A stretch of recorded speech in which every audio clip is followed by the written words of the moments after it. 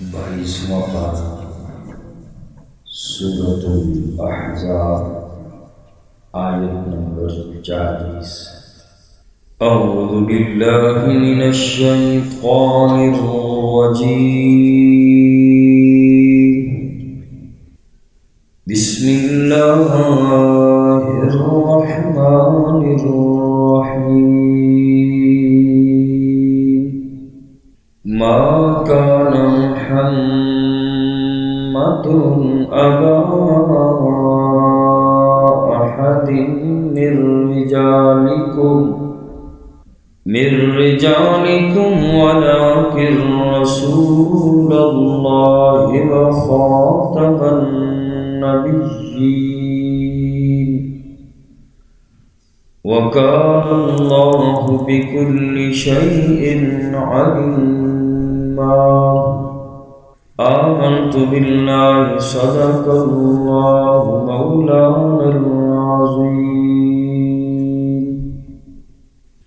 ما كان محمد، نہیں ہے محمد رسول اللہ صلی اللہ علیہ وسلم، ابا احد من رجالکم، کسی ایک کے باپ تمہارے مردوں میں سے، ولکن رسول اللہ، اور لیکن وہ اللہ کے رسول ہیں، وخاتم النبیین،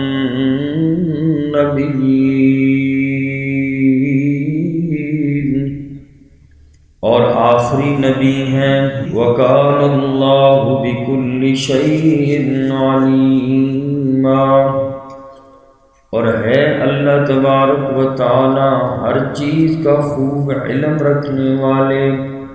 اس آیت مبارکہ کی پہلے حصے کی تشریح گزشتہ سبق کے اندر ہو گئی تھی، اور آج جو بات کرنی ہے وہ خاتم النبیین، آقا علیہ الصلوۃ والسلام کی حیثیت کو بیان فرمایا کہ تمہارے بالغ مردوں میں نبی کریم صلی اللہ علیہ وسلم کسی کے باپ نہیں۔ آقا علیہ الصلوۃ والسلام کے 3 بچے تھے جو بچپن ہی میں وفات پا گئے، اور اے لوگو جو تم زید بن محمد صلی اللہ علیہ وسلم کہتے ہو تو وہ منہ بولے بیٹے حقیقی بیٹے نہیں بن سکتے۔ حقیقت یہ ہے کہ نبی کریم صلی اللہ علیہ وسلم تمہارے مردوں میں سے کسی بالغ کے باپ نہیں ہے، مرد بالغ ہی کو کہا جاتا ہے، تو مردوں کے باپ آقا علیہ السلام نہیں بنے چونکہ بچے بچپن ہی میں وفات پا گئے۔ حیثیت بیان فرمائی، وَلَٰكِن رسول اللہ، آپ صلی اللہ علیہ وسلم تو اللہ کے رسول ہیں، وخاتم النبیین، اور آقا علیہ الصلوۃ والسلام خاتم النبیین ہیں۔ اور آقا علیہ الصلوۃ والسلام کے متعلق یہ عقیدہ رکھنا کہ آقا علیہ الصلوۃ والسلام آخری نبی ہیں، قیامت تک کوئی نیا نبی پیدا نہیں ہوگا، یہ عقیدہ رکھنا یہ فرض اور لازم ہے۔ جو انسان آقا علیہ الصلوۃ والسلام کو نبی تو مانتا ہے، آخری نبی نہ مانے وہ بندہ کافر ہو جاتا ہے۔ قادیانیوں کا یہی حال ہے کہ قادیانی نبی کریم صلی اللہ علیہ وسلم کو نبی تو مانتے ہیں لیکن آخری نبی نہیں مانتے۔ وہ کہتے ہیں کہ آقا کے بعد جو مرزا غلام احمد قادیانی کو بھی وہ لوگ نبی مانتے ہیں۔ تو اس لیے اسلامی عقائد میں ایک اہم اور بنیادی عقیدہ جو ہے وہ ختم نبوت کا عقیدہ ہے، جس کا حاصل یہ ہے کہ جن و انس کی، سارے جنات اور انسانوں کی رشد و ہدایت کے لیے اللہ نے انبیاء کرام علیہ الصلوۃ والسلام کا عظیم الشان سلسلہ جاری فرمایا، اور اس سلسلے کو نبی کریم صلی اللہ علیہ وسلم پر مکمل فرما دیا۔ اب قیامت تک آقا علیہ الصلوۃ والسلام کے بعد کوئی نیا نبی پیدا نہیں ہو سکتا۔ عیسیٰ علیہ الصلوۃ والسلام آئیں گے لیکن ان کا نزول ہوگا، وہ آقا علیہ الصلوۃ والسلام سے پہلے پیدا ہو چکے ہیں۔ غالباً 600 سال سے زائد عرصہ پہلے آقا علیہ الصلوۃ والسلام سے پہلے حضرت عیسیٰ علیہ السلام دنیا میں تشریف لائے۔ اور دوسری بات یہ ہے کہ عیسیٰ علیہ الصلوۃ والسلام جب دنیا میں تشریف لائیں گے تو نبی کی حیثیت سے نہیں آئیں گے، بلکہ آقا علیہ الصلوۃ والسلام کے امتی کی حیثیت سے آئیں گے۔ اور یہ ختم نبوت کا مسئلہ اتنا اہم مسئلہ ہے کہ قرآن کریم کی 100 آیات تقریباً اللہ نے ختم نبوت کے حوالے سے نازل فرمائی، اور آقا علیہ الصلوۃ والسلام کی 120 نہیں بلکہ 210 احادیث مبارکہ ختم نبوت کے موضوع پر روشنی ڈالتی ہیں۔ اور امت کا سب سے پہلا جو اجماع ہوا وہ مسئلہ ختم نبوت کا تھا۔ منکرین ختم نبوت جو مسیلمہ کذاب تھا، اس نے رسول اللہ صلی اللہ علیہ وسلم کے زمانے ہی میں نبوت کا دعویٰ کر لیا تھا۔ تمام صحابہ کرام نے اجماع کر کے اس کے خلاف جہاد کا اعلان کیا تھا۔ اور یہ اتنا اہم مسئلہ اللہ کے نبی صلی اللہ علیہ وسلم نے جتنے بھی اپنی زندگی میں 27 غزوات اور 56 سرایا یعنی اتنی جنگیں لڑی گئیں، ان میں ٹوٹل جو صحابہ کرام رضوان اللہ تعالی علیہ مجمعین شہید ہوئے وہ 259 صحابہ شہید ہوئے، جبکہ مسیلمہ کذاب کے خلاف جو جنگ لڑی گئی ختم نبوت کے حق میں، اس میں جو شہادتیں ہوئیں صحابہ کرام کی وہ 1200 شہادتیں ہوئیں، جن میں 700 وہ صحابہ کرام تھے جو قرآن کے حافظ اور عالم تھے۔ حضرت امام اعظم ابو حنیفہ رحمہ اللہ کا فتویٰ بھی ہے کہ مدعی نبوت سے جو آدمی اس کی نبوت پر دلیل مانگتا ہے وہ بھی کافر ہو جاتا ہے۔ مثلاً کوئی آدمی نبوت کا دعویٰ کرتا ہے، دوسرا مسلمان آدمی اسے کہتا ہے تیرے پاس دلیل کیا ہے؟ تو نبوت کا دعویٰ تو کرتا ہے، دلیل بتا۔ دلیل مانگنے والا بندہ بھی کافر ہو جاتا ہے، اس لیے کہ یہ مسئلہ ہی ایسا ہے، اس میں شک شبے کی گنجائش نہیں ہے۔ دلیل کیوں مانگے؟ دلیل مانگنے کی ضرورت ہی نہیں ہے، اس لیے کہ آقا علیہ الصلوۃ والسلام کے بعد کوئی نبی ہے ہی نہیں۔ جو کوئی دعویٰ کرے دلیل مانگنے والا بھی اس سے کافر ہو جاتا ہے۔ حضرت انور شاہ کشمیری رحمۃ اللہ تعالی علیہ، جسے دنیا چلتا پھرتا کتب خانہ کہتے تھے، اور جس اللہ نے اتنا حافظہ دیا تھا، جس کتاب کو ایک مرتبہ پڑھ لیتے تو زبانی یاد ہو جاتی تھی۔ آخری عمر میں انہوں نے فرمایا کہ جب چل نہیں سکتے تھے، فرمایا کہ مجھے مسجد لے چلو، اور وہاں جب ان کو اٹھا کر لے جایا گیا، اپنے تمام تلامذہ شاگردوں وغیرہ پر سے 2 باتیں ارشاد فرمائی، اور انہوں نے فرمایا کہ میں نے تاریخ اسلام کا جتنا مطالعہ کیا ہے، اسلام میں 1400 سال کے اندر جتنے بھی فتنے پیدا ہوئے، ان فتنوں میں سب سے بڑھ کر جو فتنہ ہے وہ قادیانیت کا فتنہ ہے۔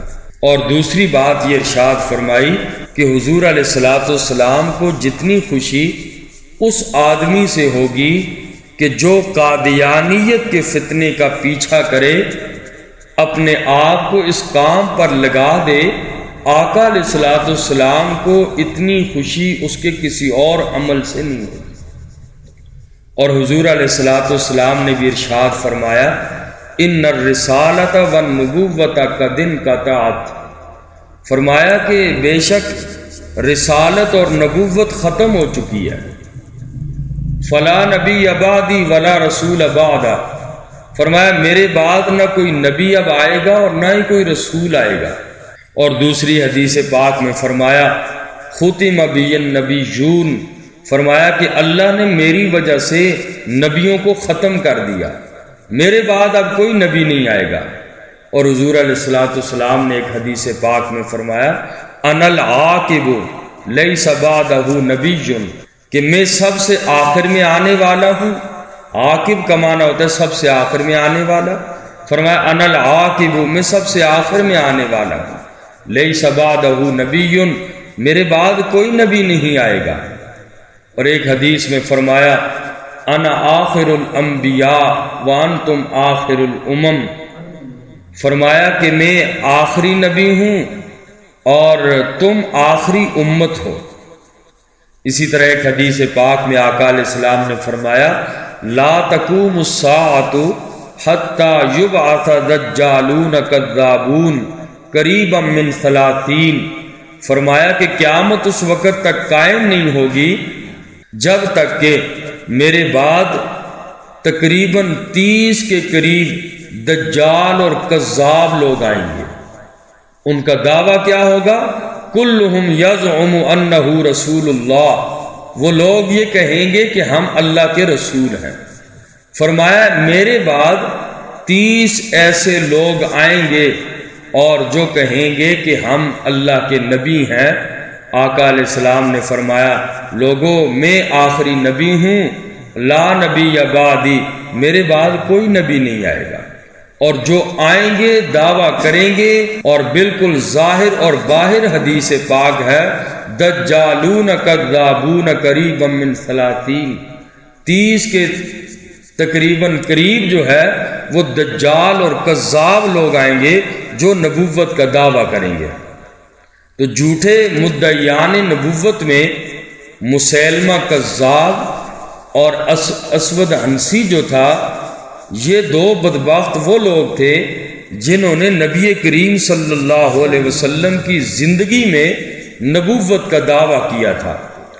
اور اسود عنسی کو حضرت فیروز دہلوی رضی اللہ تعالی عنہ نے قتل کر دیا تھا، اور آقا علیہ السلام نے فرمایا فاز فیروز، فیروز کامیاب ہو گیا۔ اور مسیلمہ کذاب کو حضرت سیدنا صدیق اکبر رضی اللہ تعالی عنہ کی خلافت کے دوران جو جنگ یمامہ ہوئی تو اس میں مسیلمہ کذاب کو مار دیا گیا تھا۔ تو بہرحال یہ وہ دو بدبخت آدمی ہیں مسیلمہ کذاب اور اسود عنسی، کہ جنہوں نے آقا کی زندگی میں ہی نبوت کا دعویٰ کر لیا تھا، اور مسیلمہ کو کذاب کا لقب بھی آقا نے خود دیا ہے۔ اور جب صحابی رسول اللہ کے نبی کا خط لے کر گئے اور اس نے خط لکھا مسیلمہ نے، اور کہنے لگا کہ نبی پاک کو خط لکھا کہ آدھی دنیا کا نبی تو ہے، آدھی کا مجھے بنا دے، اور میں ہوں آدھی دنیا کا۔ آقا علیہ السلام نے فرمایا انت کذاب، تو جھوٹا ہے۔ اس کے بعد سے مسیلمہ کے ساتھ لقب مسیلمہ کذاب، یعنی سب سے بڑا جھوٹا آدمی کذاب۔ تو ختم نبوت پر ہر دور میں لوگوں نے قربانیاں دی ہیں۔ 1953 کی آپ تاریخ ختم نبوت دیکھیں، اس کے علاوہ 74 کی، بہرحال جتنی بھی تھیں، تو ختم نبوت پہ ہر دور میں مسلمان نے پہرا دیا ہے۔ اور ایک نہیں سینکڑوں واقعات ہیں کہ جن لوگوں نے آقا علیہ السلام کی عزت و ناموس پر پہرا دیا، اور آخرت میں وہ لوگ کامیاب ہو گئے۔ ختم نبوت کے حوالے سے ہماری ذمہ داری کیا بنتی ہے؟ تو یاد رکھیں کہ ناموس رسالت کی پاسبانی اور ختم نبوت کا تحفظ کرنا یہ ہر مسلمان کا اولین فرض، دینی غیرت کا تقاضا اور عشق رسول کی یہ پکار ہے، اور آقا علیہ السلام کی شفاعت کا ذریعہ ہے۔ اس کے بارے میں جاننا یہ سب سے پہلی ذمہ داری ہے، اور اس کے خلاف جتنے بھی فتنے اٹھے اس کے بارے میں جاننا یہ مسلمان کی پہلی ذمہ داری ہے۔